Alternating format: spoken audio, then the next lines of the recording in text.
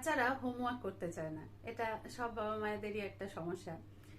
একদম ছোট যে বাচ্চারা থাকে তারা হয়তো স্কুলে গিয়ে কিছু লেখে থেকে, এবার স্কুল থেকে বেশ কিছু হোমওয়ার্ক দেওয়া থাকে যেটা বাড়িতে এসে আর মা বাবারা করিয়ে উঠতে পারেন না। আবার একটু বড় বাচ্চা যারা থাকে সেই বাচ্চাদের তো আরো সমস্যা, তাদের হোমওয়ার্ক করতেই ভালো লাগে না। নমস্কার বন্ধুরা, আমি আসছি বংমম ইজি বিজি লাইফে আপনাদের সকলকে স্বাগত।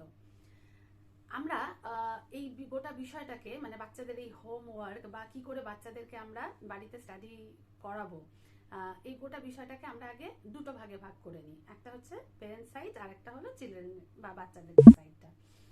পেরেন্ট সাইডে কি নাম্বার ওয়ান যেটা, সেটা হচ্ছে যে আমরা বাচ্চাদের কাছ থেকে যে হোমওয়ার্কটা পাবো বা বাচ্চারা হোমওয়ার্ক করবে, এটা একটা রিয়ালিস্টিক এক্সপেকটেশনস যেন থাকে মা বাবাদের।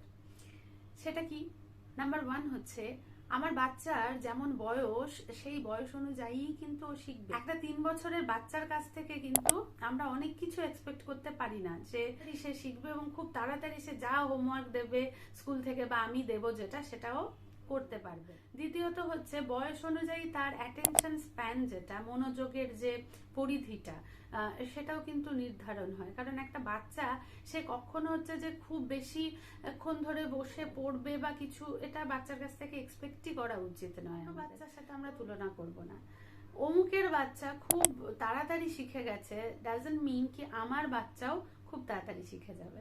প্রত্যেকটা বাচ্চার শিক্ষা বা শেখার যে সময় বা যে স্পিড, হ্যাঁ, সেটা আলাদা হয়। পারছে না বলে হা হুতাশ করা বা বাচ্চাকে বকাঝকা করা, এটাও কিন্তু আমার মধ্যে থাকা উচিত না। মানে আমি পেরেন্ট সাইডের বাচ্চার স্টাডি প্যাটার্ন যেটা, সেটা বুঝুন। মানে কোনো বাচ্চা অল্পতে বুঝে যায়, কোনো বাচ্চা অনেকটা টাইম লাগে বুঝতে। এই হোমওয়ার্কের ভয় যেন বাচ্চা স্কুলকে ভয় না পায়। মানে বাচ্চার কাছে যেন এটা এরকম না হয় যে স্কুল মানেই আমাকে একগাদা হোমওয়ার্ক দেবে, আমাকে একগাদা হোমওয়ার্ক করতে হবে। কিন্তু স্কুল তো হোমওয়ার্ক দেবেই, হোমওয়ার্ক দেবে, হোমওয়ার্ক করতেও হবে। তো ভয় পাওয়া যাবে না স্কুলকে না, হোমওয়ার্ককে না, কিভাবে পসিবল? এগুলো ছিল পেরেন্ট সাইড। এবার আসছি চাইল্ড সাইডে। চাইল্ড সাইডের কি? এক হচ্ছে চাইল্ডকে বা বাচ্চাকে বুঝতে হবে যে ঘুমানো, খাওয়া, খেলতে যাওয়া, টিভি দেখা, এগুলো যেমন ওদের পার্ট অফ লাইফ, সেরকম হোমওয়ার্কটাও কিন্তু ওদের পার্ট অফ লাইফ। মানে বাচ্চা, তুমি পড়াশোনা তো তোমাকে করতে হবে, পড়াশোনা করলেই তুমি বড় হবে, আর পড়াশোনার পার্ট হচ্ছে হোমওয়ার্ক। দ্বিতীয়ত হোমওয়ার্কটা কিন্তু বাচ্চার রেসপন্সিবিলিটি। মা বা বাবা তার সাথে বসে থাকতে পারে, তাকে সাহায্য করতে পারে, কিন্তু রেসপন্সিবিলিটিটা কিন্তু বাচ্চার। হোমওয়ার্ক যদি স্কুল থেকে টিচার দিয়ে থাকেন, সেটা বাড়িতে এসে বলা কি হোমওয়ার্ক দিয়েছে এবং সেই হোমওয়ার্কটাকে ফিনিশ করা, এটা কিন্তু বাচ্চারই রেসপন্সিবিলিটি। এটা খুব ছোট থেকে শেখাবেন বাচ্চাকে। একটু বড় বাচ্চাদের ক্ষেত্রে যেন এটা মা বাবাকে বলতে না হয় যে তুমি এখন হোমওয়ার্কটা করে নাও। তার একটা নির্দিষ্ট টাইম থাকবে, তার যে রুটিন থাকবে সেই রুটিনের মধ্যে যেন সে মানে হোমওয়ার্কের যে টাইম থাকবে সেই টাইমে যেন সেটা করে নেয়। সেটা কমপ্লিটলি বাচ্চার রেসপন্সিবিলিটি, এটা ওকে বুঝতে দিন, কনসিকুয়েন্সেস ফিল করতে দিন। এন্টারটেনমেন্ট আছে যেমন জীবনে, টিভি দেখা, খেলতে যাওয়া, সুইমিং করা, ব্যাডমিন্টন খেলতে যাওয়া, এগুলো যেমন হচ্ছে ওর পার্ট অফ লাইফ, সেরকম হোমওয়ার্কটাও কিন্তু ওর পার্ট অফ লাইফ। যদি হোমওয়ার্ক না হয় তাহলে কিন্তু এন্টারটেনমেন্টটা বন্ধ থাকবে। এবার আসছি কিভাবে এগুলো করাবেন। সবার প্রথমেই বলবো সেটা রুটিন, একটা রুটিন বা টাইম টেবিল তৈরি করুন। বাচ্চাকে সাথে নিয়েই বাচ্চার প্রত্যেকটা জিনিস সকাল থেকে রাত অবধি তার একটা সুন্দর রুটিন থাকবে, একটা টাইম টেবিল থাকবে, এবং সেই টাইম টেবিলের মধ্যে ওর একটা সময় থাকবে যে সময়টাতে ও বসে হোমওয়ার্ক করবে। তো এটা ওর রেসপন্সিবিলিটি থাকবে যে সেই টাইমের মধ্যেই ওকে ওই কাজটা সারতে হবে। পড়ার জন্য একটা নিরিবিলি জায়গা, স্থান নির্বাচন করুন যে জায়গাটাতে কোনো রকম ডিস্টারবেন্স থাকবে না। আমরা খেয়াল করে দেখি যে বাচ্চা, ছোট বাচ্চা বিশেষ করে যখন তাদেরকে পড়াতে বসাই, তখন যদি পাশের ঘরে তার দিদি বা দাদা হাহা করে হাসছে বা লাফাচ্ছে বা দাদু ঠাকুমা টিভি চালিয়ে টিভি দেখছে, তো বাচ্চার কি হয়, সেই দিকেই মন থেকে যায় কমপ্লিটলি। তাহলে আমাকে চেষ্টা করতে হবে আমি এমন সময় বাচ্চাকে হোমওয়ার্ক করাবো যখন এই ডিস্ট্রাকশনগুলো ওর থাকবে না, বা বাড়ির লোকেদেরকে বলবো যে এটা ওর হোমওয়ার্কের টাইম এবং সেই সময় যেন এই ডিস্টারবেন্সগুলো বাড়িতে তৈরি করা না হয়। তৃতীয়ত হচ্ছে সেই নিরিবিলি সব থেকে একটু কোণের দিকের যে ঘরটা থাকবে যেখানে কোনো রকম ডিস্টারবেন্স হবে না, সেটার একটা ব্যবস্থা করব। দ্বিতীয়ত হচ্ছে একটা নির্দিষ্ট স্থানের ব্যবস্থা করব, মানে এক এক দিন এক এক ঘরে এক একটা জায়গায় কখনো মানে মাটিতে মাদুর পেতে বসিয়ে পড়াচ্ছি, কখনো বিছানায় বসে পড়াচ্ছি, এইভাবে হবে না। পড়ার জন্য একটা নির্দিষ্ট জায়গা এবং নির্দিষ্ট টেবিল চেয়ার।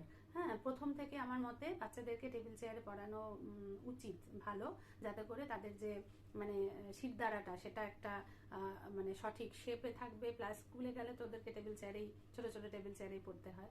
তো সেরকম মধ্যে কথা সামনেটা একটু ডেস্ক থাকবে, এরকম নিচু হয়ে বসে যেন না লেখে, সেটা তোর পশ্চারটাও খারাপ হয়ে যায়। তো এটা একটা দিক যেটা আমাদেরকে মনে রাখছে। বাচ্চা যখন হোমওয়ার্ক করে, প্রথম প্রথম যখন একদম ছোট, একটু বড় বাচ্চারা তো নিজেরাই করে নেবে, ছোট বাচ্চাদের সাথে আমাদের বাবা মাকে কিন্তু বসতে হবে। এবং যখন আমরা নিজেরা বসবো বাচ্চার সাথে, তখন আমরাও যেন বাচ্চার ডিস্ট্রাকশনের ব্যবস্থা না করি। মানে আমি বাচ্চাকে একটা কিছু লিখতে দিলাম, দিয়ে নিজে মোবাইল নিয়ে দেখছি, ঘাঁটছি, বা ওইদিকে মনোযোগ দিয়ে রেখেছি, তাহলে কিন্তু হবে না।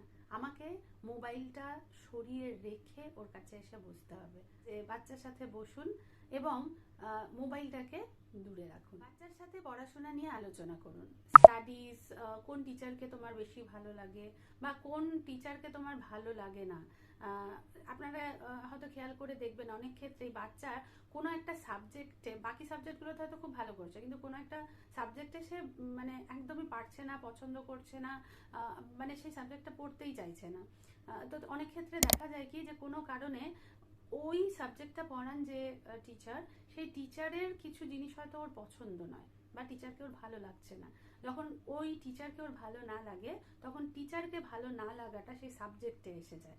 তো আমরা অনেক সময় সেটা বুঝতে পারি না, উল্টে বাচ্চাকে বকাবকি করি যে কেন তুমি এটাতে কম নাম্বার পাচ্ছ, বা তুমি কেন সব সাবজেক্ট তুমি হোমওয়ার্ক করে নিচ্ছ, অথচ এই সাবজেক্টটা কেন তুমি বাড়িতে পড়ছো না বা হোমওয়ার্ক করছো না।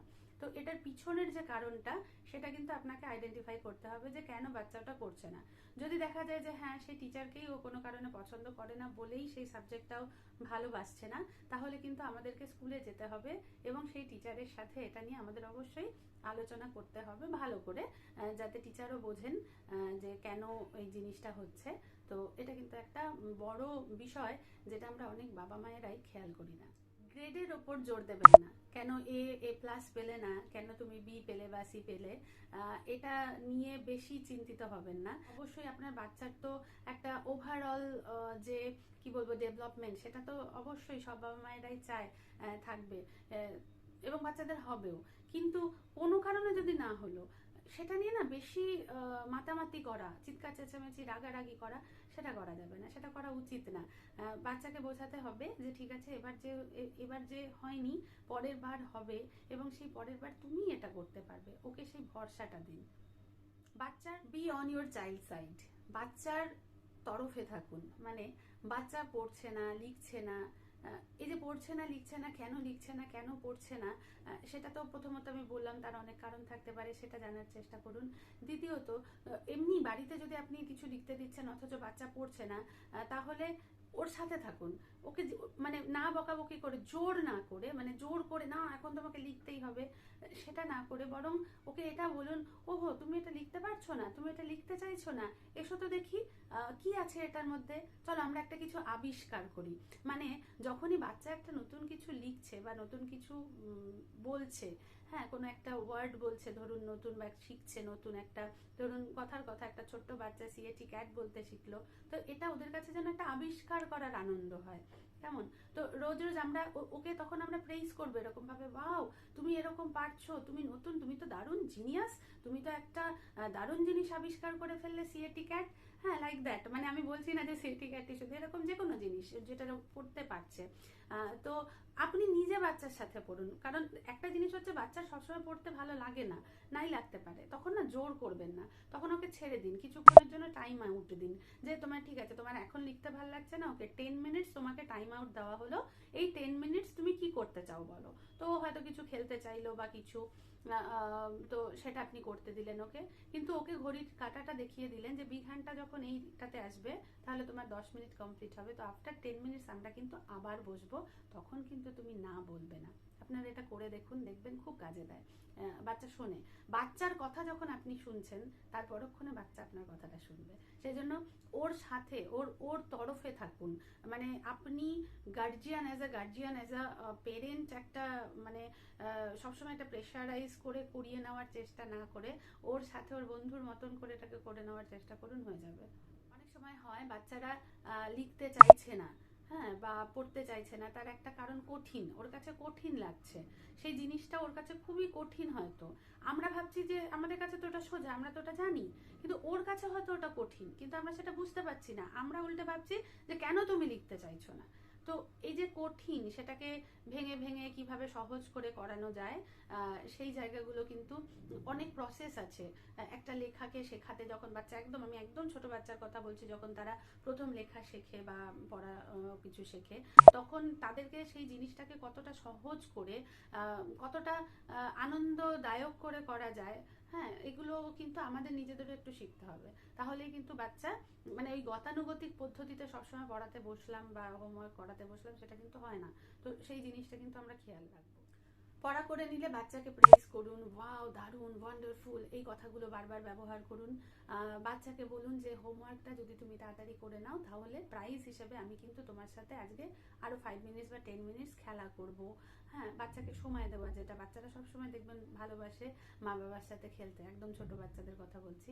তো সেই সময়টা আমরা অনেক সময় দিয়ে উঠতে পারি না, কিন্তু বাচ্চা যদি টাইমলি হোমওয়ার্ক করে নেয় তাহলে ওর সাথে আমি একটা কিছু খেললাম, ওকে একটা কোনো ম্যাজিকের ট্রিক শেখালাম, বা ধরুন হচ্ছে একটা গল্প পড়ে শোনালাম, হ্যাঁ, এরকম টাইপের নানা রকম জিনিস, কিন্তু বিশেষ করে খেলা, ওর সাথে কোনো একটা খেলা খেললাম, এই জিনিসটা যদি করি তাহলে দেখবেন ও খুব ইন্টারেস্টেড হয়ে হোমওয়ার্কটা করে দেবে। প্রথমেই বললাম একটা রুটিন বা টাইম টেবিলের কথা, সেখানে হোমওয়ার্ক টাইমলি করে নিচ্ছে বা টাইমের আগে করে নিচ্ছে, বিফোর টাইম আর কি করে নিচ্ছে, তাড়াতাড়ি করে নিল, এটা যদি হয় তাহলে প্রাইজ হিসেবে ওকে আমরা বলতে পারি মানে সেই দিনকার জন্য যে তুমি আজকে পরবর্তী যে কাজটা সেটা তুমি ডিসাইড করবে, ওকে সেই পাওয়ারটা দিন। হ্যাঁ, মানে সেই রেসপন্সিবিলিটিটা যে ও পছন্দ করবে। আপনি যেটা ঠিক করে দিচ্ছেন, টাইম টেবিল তো আপনি বানিয়েছেন যে পড়ার পরে এবার তোমার আধা ঘন্টা খেলা বা গান করা বা কিছু একটা, এটা আপনি ঠিক করেছিলেন। কিন্তু সেই দিন যেদিন আপনার বাচ্চা তাড়াতাড়ি হোমওয়ার্কটা করে নিল, সেদিন ওকে ডিসাইড করতে দিন যে এর পরে তুমি কি করবে। সেক্ষেত্রে ও হয়তো তখন একটু টিভি দেখতে চাইলো, আপনি একটা টাইমার সেট করে দেবেন। অবশ্যই বাচ্চাদেরকে মোবাইল এবং টিভি দেওয়ার সময় টাইম দিয়ে দেবেন, এটা কিন্তু সব ক্ষেত্রে প্রযোজ্য, ছোট থেকে বড় বাচ্চার ক্ষেত্রে। Be discipline as parent, mentor, guide. আপনি নিজে যদি ডিসিপ্লিনড না হন, বা আমরা পেরেন্টরা আমরা বাচ্চার কাছ থেকে অনেক কিছু এক্সপেক্ট করছি যে আমার বাচ্চা শান্ত থাকবে, কাউকে মারবে না, দুষ্টুমি করবে না, টিভি দেখবে না বেশি, মোবাইল দেখবে না বেশি, হ্যাঁ, মানে সব ভালো বলতে যা যা বোঝায় এগুলোই তো আমরা বাচ্চাদের কাছ থেকে এক্সপেক্ট করে থাকি। হোমওয়ার্ক টাইমলি করে নেবে, বলতেই হবে না।